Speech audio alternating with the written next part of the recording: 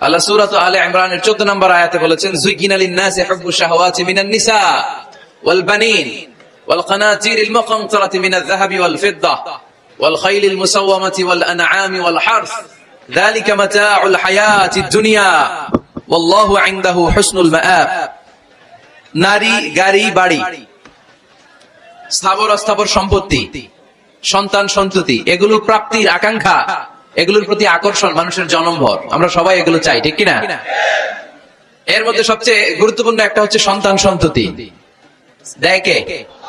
জোরে বলতে হবে, কে দেয়? চাইতে হবে কার কাছে? নাকি মাজারে, নাকি দরগায়? একজন সন্তান দিতে পারে, চিল্লায় বলতে হবে তিনি কে? মাজারে মানত না করলে সন্তান যদি না হইতো, বাচ্চা যদি না হয়, গরুর যে বাচ্চা হয়, গরু কোন মাজারে মানত করছে? বলেন। মাজারের বিরুদ্ধে আমাদের অবস্থান নয়। মাজার হচ্ছে মাকানু জিয়া।